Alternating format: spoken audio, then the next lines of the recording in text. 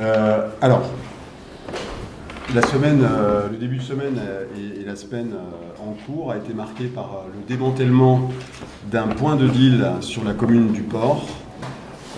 Après plusieurs mois d'enquête, les policiers du STPJ et du service de police judiciaire de la circonscription de police nationale du Port ont mis à jour un réseau très organisé de revente type drive, dont le chiffre d'affaires est estimé entre 25 et 40 000 euros jour.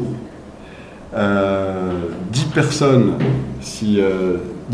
ont été interpellées dans ce cadre et près de 100 000 euros ont été saisis. Ce type de point de deal démantelé à La Réunion est, à notre connaissance, une première. Cette affaire met en exergue une méthode de travail axée sur le pilotage opérationnel au sein de la direction territoriale de la police nationale, orientée sur plusieurs points, mais là spécifiquement dans le cadre de la lutte contre les narcotrafics.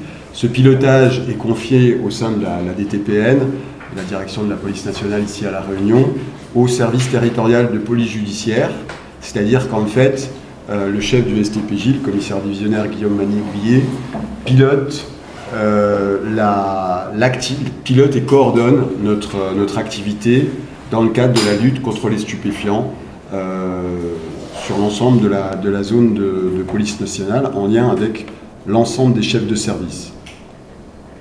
Ce qui nous permet de travailler, et c'est le fruit de cette enquête, c'est pour ça que je le développe, grâce au départ dans cette affaire à un renseignement obtenu par les policiers du service de renseignement territorial, confirmé par les enquêteurs du STPJ, de la filière judiciaire, et ceux du service de police judiciaire du Port, et le travail de terrain qui a été mené par les policiers de la voie publique. En fait, sur plusieurs mois, on a réussi à accumuler des preuves toujours très difficiles à accumuler, et c'est grâce à cette méthode de travail qu'on a pu y parvenir. À l'issue de l'opération, j'insiste, vous aurez les détails après, en fait on a mené, pour sécuriser également les habitants, parce que le trafic de stupéfiants et de type drive, c'est aussi une source d'insécurité très importante, en dehors de l'économie souterraine, très importante, source d'insécurité importante pour les habitants dans ces quartiers. Et donc des opérations de voie publique avec une présence massive de policiers ont été menées à la suite du déclenchement judiciaire de l'opération. Nous ferons très rapidement auprès du préfet de La Réunion des signalements administratifs dans le cadre des interdictions de paraître administratives qui peuvent être notifiées aux personnes soupçonnées de commettre des faits de trafic de stupéfiants. 7 personnes seront donc signalées dans ce cadre donc au préfet de La Réunion. Voilà ce que je voulais vous dire sur cette opération. Les autres points seront abordés par mes collègues qui sont à côté de moi. Je voulais également faire ressortir un certain nombre de points plus largement depuis le début de l'année dans le cadre de notre lutte contre les trafics de stupéfiants. Je n'ai pas le bon document. Dans le cadre de notre lutte contre les trafics de stupéfiants, en fait, nos résultats sont assez marquants. Donc, je voulais les souligner auprès de vous. Pour l'ensemble de la zone police, nos indicateurs en termes de démantèlement de trafic sont en forte augmentation, puisque les trafics, nous avons démantelé plus de 85% de trafic par rapport à la même période sur 2024, alors que c'était déjà une période où nous avions des résultats assez importants. C'est la même chose pour ce qui concerne les usages-reventes. La nuance entre le démantèlement de trafic et l'usage-revente, c'est en fait l'organisation du réseau qui fait la différence. L'usage-revente est un réseau, entre guillemets, plus simplifié dans notre jargon policier.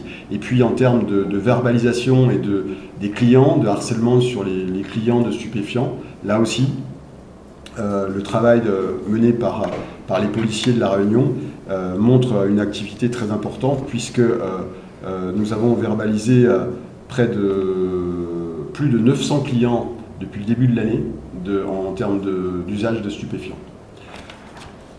Le travail dans la lutte contre les stupéfiants, c'est le démantèlement de ce type d'organisation, mais c'est également le harcèlement quotidien. Et dans le cadre de ce pilotage, notre stratégie également, c'est de travailler au quotidien dans les quartiers pour harceler en fait les secteurs qui sont concernés par la vente de stupéfiants et notamment sur la voie publique. Donc c'est vraiment quelque chose que nous menons de manière très forte. Là aussi, je vous donne quelques indications. Depuis le début de l'année, en termes d'opérations, en termes de chiffres, ce que je peux vous dire, c'est que 188 personnes ont été placées en garde à vue,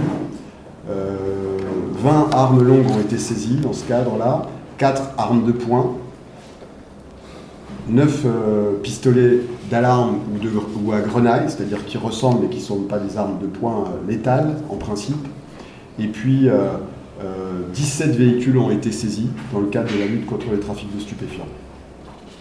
En termes d'opération, sur le mois écoulé, enfin sur le mois d'août, par exemple, nous avons mené à titre d'exemple, 23 opérations de